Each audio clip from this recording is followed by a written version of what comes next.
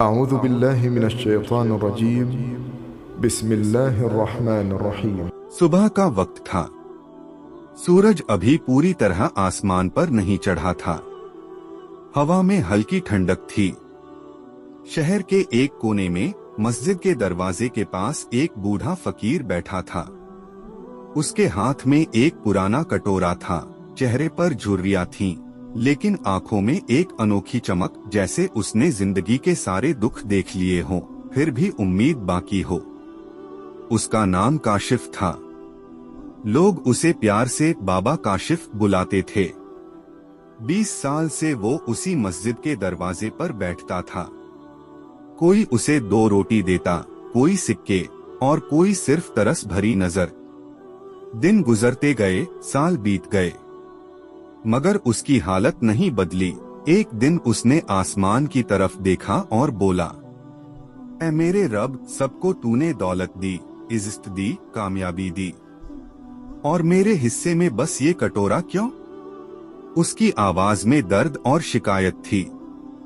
तभी एक नौजवान वहां से गुजरा, साफ कपड़े, कंधे पर लैपटॉप बैग, चेहरे पर आत्मविश्वास। वो रुका, मुस्कुराया और फकीर के कटोरे में कुछ सिक्के डाल दिए। फकीर बोला, बेटा, तू तो खुशनसीब है, तुझे सब कुछ मिला है। मुझे देख, मेरे पास कुछ नहीं। नौजवान मुस्कुराया और बोला, बाबा, हर किसी के पास सब कुछ नहीं होता, लेकिन हर किसी के पास कुछ न कुछ जरूर होता है। वो चला गया, मगर ये बात फकीर के दिल में उतर गई। फकीर हर किसी के पास कुछ न कुछ होता है। भूख थी मगर नींद आ गई। सपने में उसने देखा, एक नूरानी चेहरा उसके सामने खड़ा है। वो चेहरा बोला, ऐ काशिफ, तू रोज मुझसे सोना मांगता है, लेकिन मैंने तुझे वो चीज पहले ही दी है जो सोने से ज्यादा कीमती है। काशिफ हैरान हुआ, कौन सी चीज? मेरे पास तो कुछ नहीं। वो चेहरा मुस्कुराया और बोला, तेरे हाथ काशिफ, तेरे हाथ ही तेरे सोना हैं, लेकिन तूने कभी उनका इस्तेमाल नहीं किया। काशिफ चौंक कर जाग गया। पसीने में भीगा हुआ, दिल तेज धड़क रहा था। उसे महसूस हुआ, उस सपने में कोई सच्चाई है। नई सुबह, नया इरादा।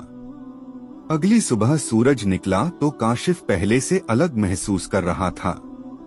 उसने कटोरा उठाया, मगर दिल ने कहा, क्या तू हमेशा इसी कटोरे पर निर्भर रहेगा?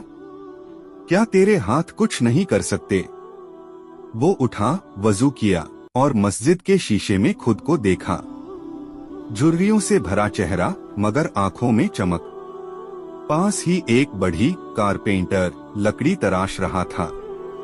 काशिफ कुछ देर उसे देखता रहा, फिर बोला, भाई, क्या मैं तुमसे ये काम सीख सकता हूँ?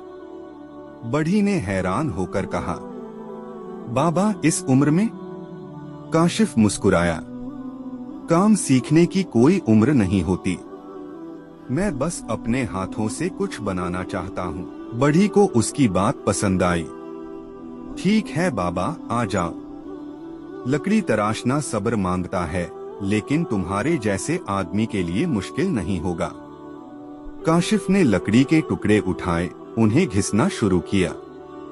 थोड़ी देर में उसके हाथों में छाले पड़ गए, खून निकल आया। लोग देखने लगे, कुछ हंसे। बाबा, ये काम तुम्हारे बस का नहीं है, छोड़ दो। लेकिन काशिफ के दिल ने कहा, 20 साल मैंने हाथ फैलाने में गुजार दिए, अब इन्हीं हाथों से कमाना सीखूंगा। वो रोज सुबह से शाम तक काम करता। कभी असफल होता, कभी एक छोटा डब्बा बना लेता। एक दिन उसने खुद अपने हाथों से एक सुंदर लकड़ी का बक्सा बनाया। बढ़ी ने देखकर कहा, बाबा, तुम में हुनर है, बस हिम्मत चाहिए। उस रात काशिफ ने पहली बार दुआ मांगी, ऐ रब, अब मुझे देने वाला हाथ बना, मांगने वाला नहीं। पहली कमाई।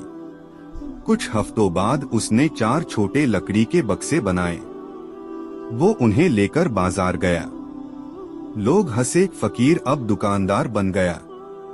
पर एक औरत रुकी। उसने बक्सा उठाया, देखा, मुस्कुराई। कितना सुंदर काम है, मैं ये खरीद लूंगी। काशिफ की आंखों में आंसू आ गए। पहली बार किसी ने उसकी मेहनत की कीमत दी थी, तरस नहीं।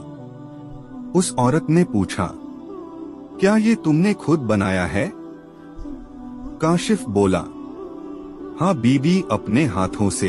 उस दिन उसने इतने पैसे कमाए जितने उसने कभी भीख मांगकर नहीं पाए थे। वो घर लौटा, मस्जिद के बाहर वही पुराना कटोरा पड़ा था। उसने उसे उठाया, देखा और मुस्कुराकर मस्जिद के दरवाजे पर रख दिया। अब वो कटोरा किसी और के काम आ सकता था।